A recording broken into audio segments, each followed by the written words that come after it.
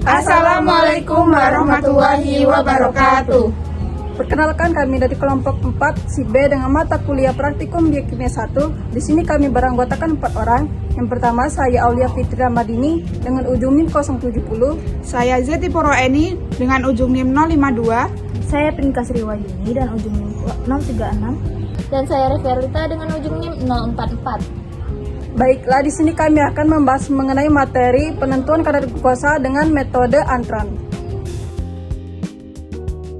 Praktikum ini dilakukan analisis kadar glukosa menggunakan metode Antron, yaitu teknik kolorimetri yang digunakan untuk menentukan konsentrasi gula total dalam suatu sampel.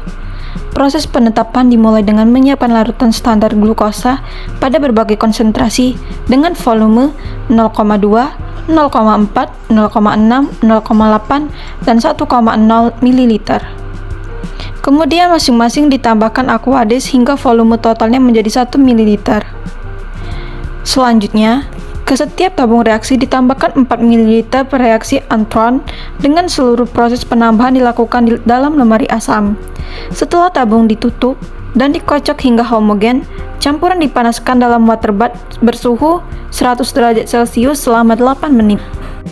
Metode Antron merupakan teknik kolorimetri yang relatif mudah dan memiliki sensitivitas tinggi untuk menentukan kadar gula total dalam suatu sampel. Dalam metode ini, gula bereaksi dengan reagen Antron dalam suasana asam, hingga menjadi kompleks berwarna biru kehijauan. Campuran sampel dan reagen dipanaskan untuk mempercepat reaksi, kemudian didinginkan sebelum dilakukan pengukuran. Intensitas warna yang muncul diukur menggunakan spektrometer pada panjang gelombang sekitar 620 nanometer. Di mana semakin pekat warna yang terbentuk, semakin tinggi pula konsentrasi glukosanya. Prinsip metode ini didasarkan pada reaksi antara Antron dan gugus karbohidrat pada glukosa. Pada kondisi asam, glukosa terhidrasi menjadi furfural yang selanjutnya tereaksi dengan Antron, membentuk kompleks berwarna biru hijau tersebut. Dengan menyiapkan sedemikian larutan standar glukosa, dapat dibuat kurva kalibrasi yang menggambarkan hubungan antara konsentrasi glukosa dan nilai absorbansinya. Kurva inilah yang digunakan untuk menentukan kadar glukosa dalam sampel yang dianalisis. Dari hasil praktikum yang kami lakukan, larutan sampel glukosa berubah warna menjadi berwarna hijau setelah dipanaskan pada tabung reaksi dalam penanggas air mendidih selama 8 menit. Penggunaan penanggas air ini agar tidak terjadinya penguapan yang berlebihan pada larutan bahan. Karbohidrat oleh asam sulfat pekat akan dihidrolisis menjadi monosakarida dan selanjutnya monosakarida mengalami dehidrasi menjadi furfural atau hidrosil metil furfural.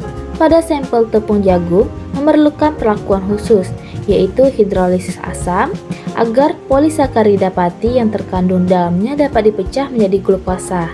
Pada kondisi normal, tepung jagung mengandung pati dan merupakan polimer glukosa, sehingga tidak bereaksi langsung dengan reagen Antron.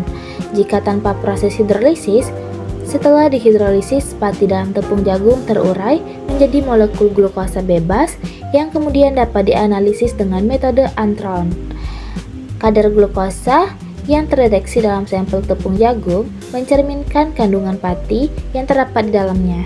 Berdasarkan hasil percobaan uji Antron ini, disimpulkan bahwa sampel karbohidrat yang diuji berupa glukosa dan sampel tepung jagung, keduanya terdapat karbohidrat atau merupakan karbohidrat yang ditandai dengan terbentuknya warna hijau pada larutan. Dan juga setelah pengukuran nilai adsorban pada sampel, didapatkan bahwa semakin tinggi konsentrasi, maka semakin tinggi juga nilai adsorban pada sampel glukosa. Nah, tetapi hasil pengujian yang juga menunjukkan bahwa kadar glukosa di dalam tepung jagung lebih rendah dari larutan standarnya karena tidak semua molekul glukosa dalam pati akan terhidrolisis sempurna.